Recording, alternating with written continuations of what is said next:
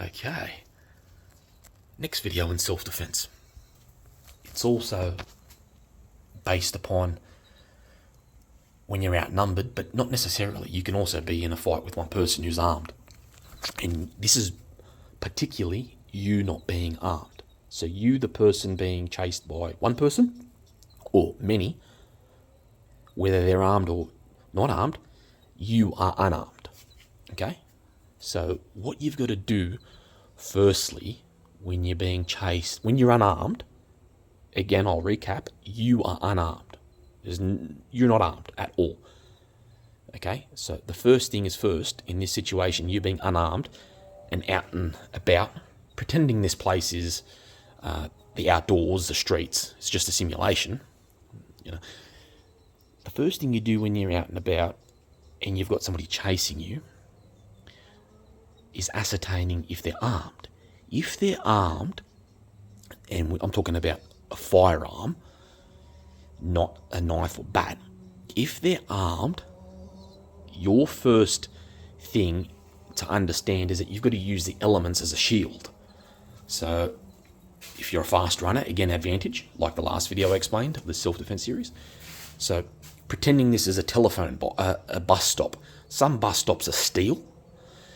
Now, if you know your guns, nobody's going to chase you with a fucking rifle or machine gun. It's unlikely. They can, but generally speaking, most people chasing you with a firearm will have a handgun, and they're not usually going to penetrate steel bus stops. So there are many features you can use to hide behind. Cars, bus stops.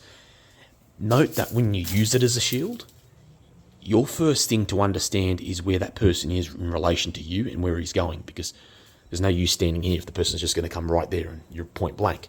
You've got to know your next move. So once you've got that coverage, okay, next move, instantly.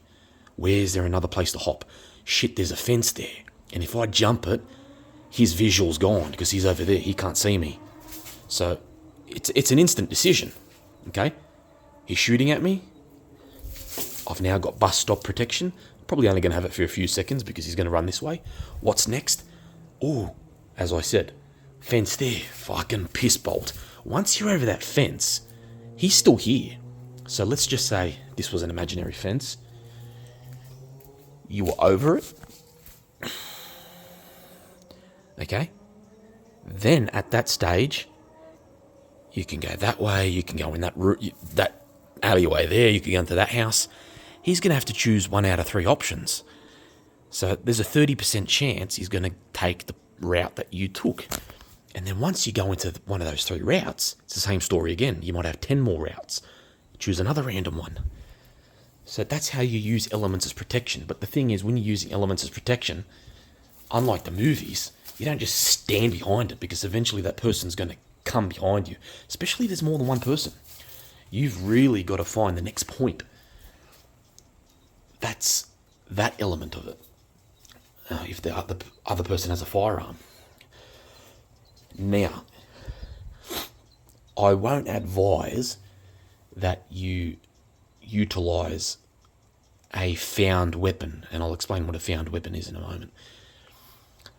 I don't recommend you use a found weapon against somebody armed, with a firearm that is, as I said, when you're unarmed. Because, look, you can do some real Jackie Chan shit and things in the movies, but the person's armed, so they still have the advantage. Sure, if you're experienced, you could take that gun off them, you could hide somewhere, you could hit them, do all this shit, but be smart and outrun them, unless you're slow. If you're slow and you know they're going to catch you, and you have a feeling for that, then maybe you have to stand your ground and use a found weapon. That's the only circumstance. But if you've got a better chance of running, like I do, because I am actually a fast runner, then you clear the fences, you jump over things. And like running, I'm also a very good climber. So you go through those obstacles, over and through and under those obstacles, and you get away from that person. Okay. Now, a found weapon. Here's the beauty. If the person's not armed with a firearm and has anything other than a firearm, even if it's a bat, knife, fucking giant sword, fucking nunchucks, I don't care what it is, your environment, listen carefully, your environment is the ultimate armory. Now, I've seen it too many times, even on the news, where people have been stabbed, hurt, or whatever, innocent parties, when they had so many things to protect themselves with around them. Okay, let me give you an example. You know, if I refer to the last video, okay, there's 4 people chasing me. I'm outnumbered. Eventually, by using that strategy in the last video, I'm only down to 1 person. But none of them have firearms. So I find, after running through alleyways and houses, it's just that 1 person. Let's see what I've got here around in my immediate peripheral to use as a weapon. Now, again, this is a simulation, so we're imagining this isn't this place I'm staying at, but a neighborhood. Oh, fucking beauty. Oh, shit. I would fucking KO the living remix out of anyone with this. One-handed. Oh my God. Fucking whack. From behind a wall or behind a bush or where he's not expecting. And then you've got the bigger fucker. Oh my... Jesus. So, there's a choice. I can't see anything else immediate. Now, note that when this is done in real time, you're not going to have much time to select from. You're just going to have to be very quick with what you're seeing. So, what else have I got around here?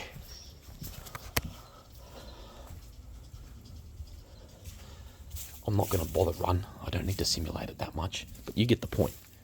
In a real situation, you'd be fucking running and you'd be alert and all sorts of shit. This is just to show you what there is. Hose? No. Although they can hurt when you whip someone, it's not a good defense choice because it won't trump what most people arm themselves with that are non-firearms. Rocks. Perfect, but they're too big.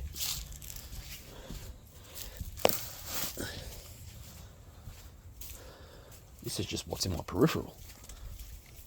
Light, that may come out. No, doesn't break. But if let's just say that was a heavy light that did come out. Weapon. Take it from the base and use it as a whacking hammer.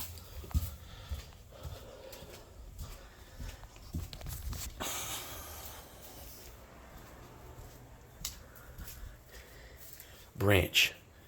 That can work.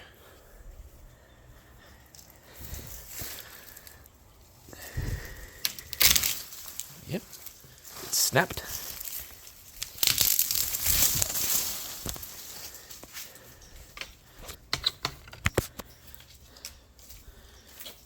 Cut it a bit longer. There you go. Now you've got something to whack the person with from far or prod them. And if you have a knife on you, if you carry a multi-tool, I could sharpen a spear in less than a minute. Believe that or not. All you've got to do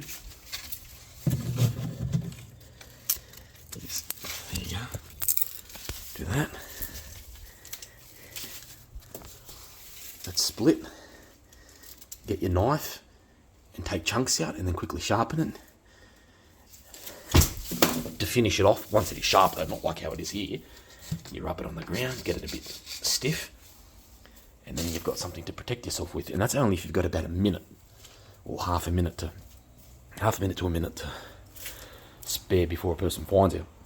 But at least you've got something if you know they're not armed. And if they get you beforehand, before you've sharpened it, at least you've got a long stick. That's how easy it is to do that. Now, what else is in this environment? I've shown you the stick, I've shown you the fire extinguisher. I'm not going to go into rooms because you're not going to be inside a room in the urban environment.